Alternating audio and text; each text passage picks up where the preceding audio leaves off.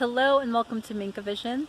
I'm your host Tricia Davies, and in a moment you'll see a conversation that I recorded back in March with Jordan from Ostara Apothecary. In it, she talks about ancestral healing, her own journey, and tells us about Breathwork for Ancestral Healing, which is a workshop that she facilitates at MINKA Brooklyn. So give it a watch and let us know what you think. Let's talk about ancestors. Okay. Yeah.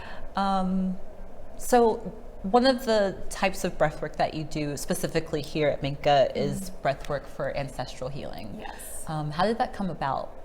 Well, I have always personally been very connected to my ancestors. They made themselves known to me when I was about 12 years old, but I just assumed that it was just another one of like my weird, sensitive, empathic things, and so I didn't know what to do. I didn't have any tools, obviously.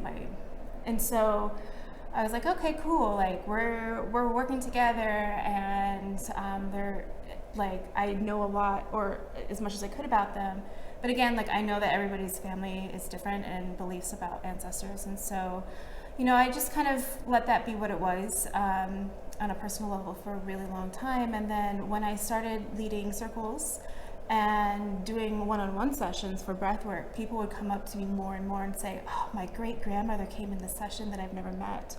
Or I saw the journey of my family coming over from Italy on the boat, and like I saw their whole journey, and it just gave me such a deeper understanding. I was really blown away. I'm getting chills. I'm sure you feel it right now. Yeah. And I was like, oh my God, like this is a thing for people. And I just started to listen to spirit, and I did sort of resist offering breathwork for ancestral healing for a long time, because I know that obviously everybody has a different lineage and ancestral background, and I was like, my point of view as an Indigenous Puerto Rican Latinx person, like it's different from other people. And I didn't want to like make any generalizations, or I didn't want to like make any assumptions about anybody else's lived experiences. And so I was like, oh, I don't know, like how can I do this? And the more I just kept working on myself, I was like, you know what? I don't have to know, and I'm not responsible for that. Like we can just set a space and call in the ancestors. Anyone can do it. And the experience is what it's going to be. Because like with breathwork or any healing modality, of course we may have our intentions or things that we want to happen, but we always have to leave room to be surprised and leave room for the unexpected, for spirit to come in. Because like even to this day, when I have my own healing sessions, even though I want to work on certain things, I'm like, I never really know, and sometimes I'm totally shocked at what comes up. And so I was like, okay, well, I guess I'll start doing that. And I was really scared the first time, and it was very intense. It was different in intensity from the other cycles. But I know that this is just a really necessary work. And as I became more connected, not only to my ancestors, but to the truth of my lineage and how colonization has affected me and my family, I began to see so many parallels and similarities to everybody. Because no matter where we're coming from, we have all been affected by colonization. It hurts us all. It's very dehumanizing. It strips us of our culture and our indigenous practices, because everybody, no matter where they come from, is indigenous to somewhere and has sacred earth-based practices, and they've all been lost. Well, not totally lost, but they've been really, really suppressed. And like that pain of that, like I feel that in my blood and my bones. And so just holding space for that and allowing that to come up. And I have, made my own drum, and I found a teacher who is of my similar background. She's Puerto Rican and Indigenous as well, and running different shamanic techniques with her, and I'm still studying with her. And so like that's the rambling story of that. It's just because it was time. Like we are, as a collective, are awakening.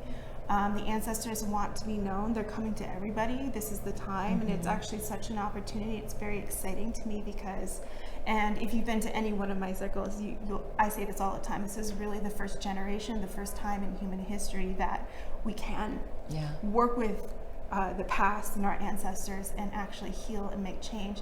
And in that said, like, you know, ancestors and our lineage, there's a lot of stuff there, right? Like, a lot of the narrative about ancestral work is very kumbaya and like, oh, my ancestors are supporting me and this is so magical and powerful, and that's true. Like, that's like the good part of it, but everything has polarities, right? And so we all have ancestors that had hard lives and did bad things and caused harm, and we're acting out of survival mode, and that's what we're healing, and that's what we're looking at, and making the choice to stop that legacy. And because we can choose what legacies we want to carry forth and what legacies that we want to end. And so, like, you know, we have the ancestors, they are coming to work with us from a higher perspective than they had on this earth. So, like, there's that. But we don't always have to work with them. If, like, there's a particularly sticky thing in your line that you want to clear out, you don't actually have to help them. If you don't want to, because, like, if it's hurting you, then obviously it's not healing. And so I think the main thing that I'm trying to say is ancestral healing is for you, right? To free yourself from these inherited pain and baggages and beliefs. And it has nothing to do with whether you want to have descendants or not. It's about, freeing yourself. And then once again, like, what we do for ourselves affects everyone around us. And so even if other members of our family are not aware or approve of what's going on, it does help them. Like, the effects of that can take a lot longer to see. But I have seen that over a period of 10 years with myself and my own family. And also, the irony is, a lot of the time is those who are called to heal and really step up and do ancestral work, we have been the colorful sheep of the family, right? And so, like, there's that extra energy there that we're working with. And so, but we have to be, right? We have to be different. It's just by design, it's by spiritual universal law that we have to be different in order to make different choices. And so working through that, those feelings of isolation and alienation, and again, like, kind of not caring that, not caring. Like, I can't really care what my mom thinks about this. Even though, of course, I want her to support me. Oh, look, angels. Can we hear? So, Lindsay Mack taught me that anytime that we hear a siren or honking, it's the angels. And I choose to believe that because it's just nicer, right? And we live in this city, and so, like, that's just where we are. There's lots of angels. Yeah, lots of angels. And also, like, when we do any sort of spiritual high vibrational frequency work, like, there's always distractions that come in. But anyway, so we have to work on that pain of isolation, and see how that actually sets us up very perfectly. And I'm still working through that, just like anybody else. But it just has to be that way. But it's also really important to honor, because it's hard. And even though we did sign up for this in our soul contracts, again, like you were saying, like, this is what we came for. Like, when the reality of that hits, it's like, you know? It's like, wait, what? Read that back? Like, what did I agree to? What did I agree to? I love that that you and Baba and Ashni teach roots of our practice.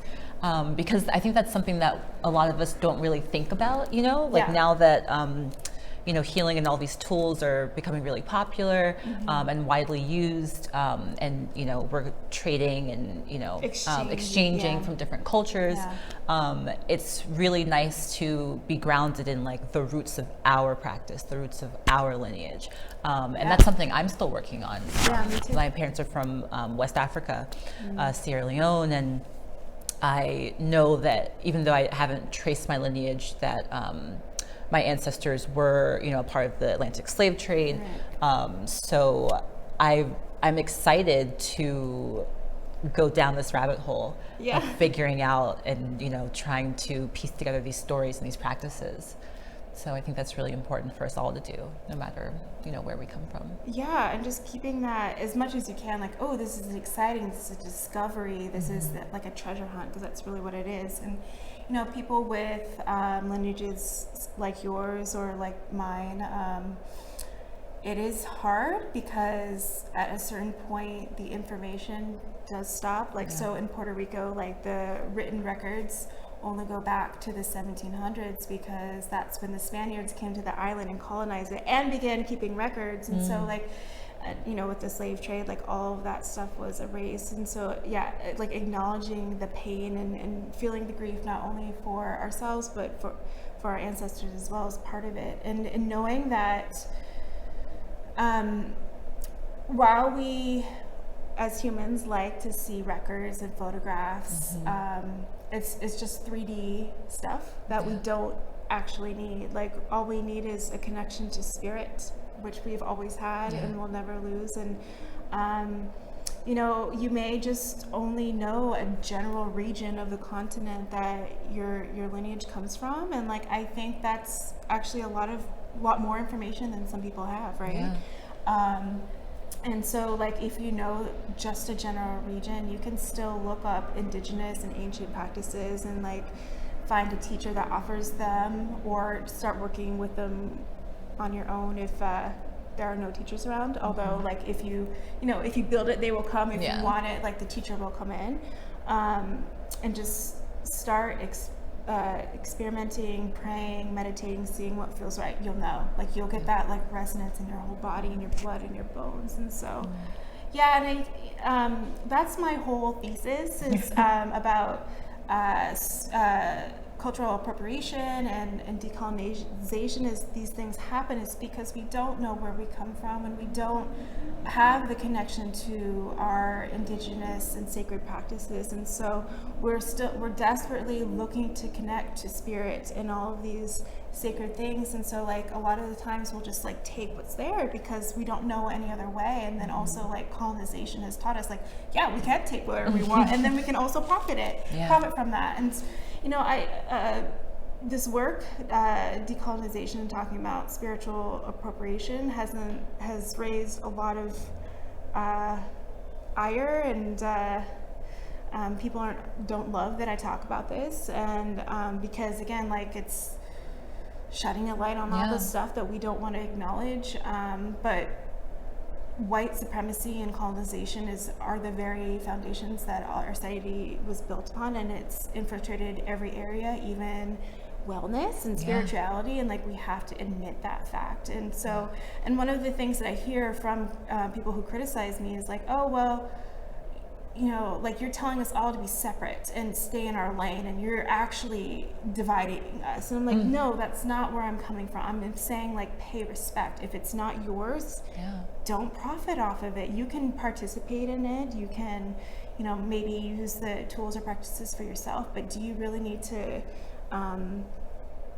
profit off of that? Because the lighter skin that you have, of course, unfortunately, the more privilege that you are assigned in this society, it's not fair, but that's also not the point. And you are taking up a space from somebody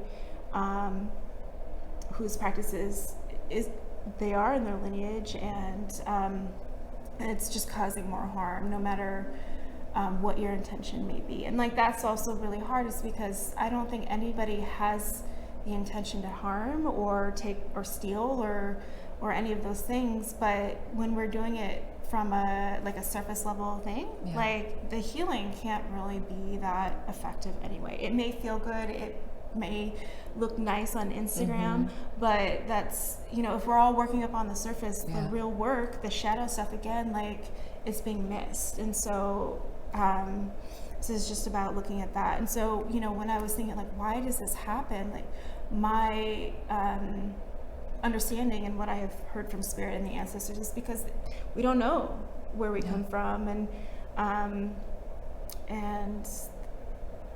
we're doing what we can to return to that, and really honoring the roots of all of the practices. And sometimes it does involve making hard choices and giving certain things up. And I did have to, like, really look at all the things I was doing, like, okay, like, why do I feel like I can use this, and why do I use this just because everybody else does? And you know, not buying sage, for example, even though I am indigenous to where sage grows, like I'm not on that land now, and I want to conserve and be part of that. And so, like, yes, I'll use sage if it's around, but I haven't bought it. And same thing with Palo Santo now and all these things, and honoring the land that we are on, which is Canarsie and Lenape land. And you know, it's not a reality for most people to move back to where their ancestors lived.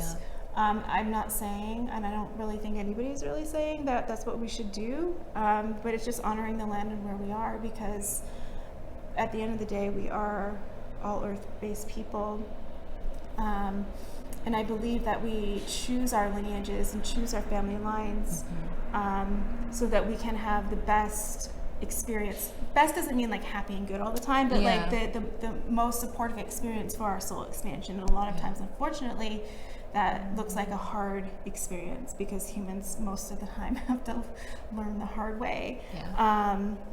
And so honoring that choice and honoring the people that come before us. And you know, another thing that I hear a lot is that we are all one, and like, so it doesn't matter like what we're doing, it doesn't matter what we're using, where it comes from, India or Africa or whatever, like we're all one. But like that really is spiritual bypassing, right? Because we're all one, and we all have spirit, and we all come from source and love, but we are in different bodies, and these bodies control and dictate our life experience.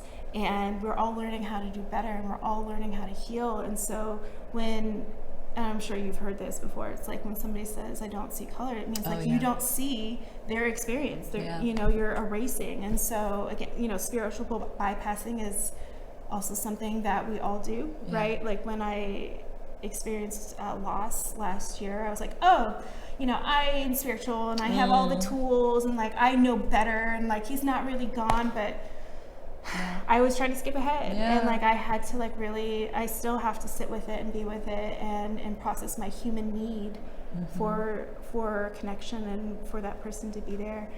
And so it's like, we can't spiritually bypass, because again, like that's just working on the surface level. So that's definitely a hard lesson that I've learned as well.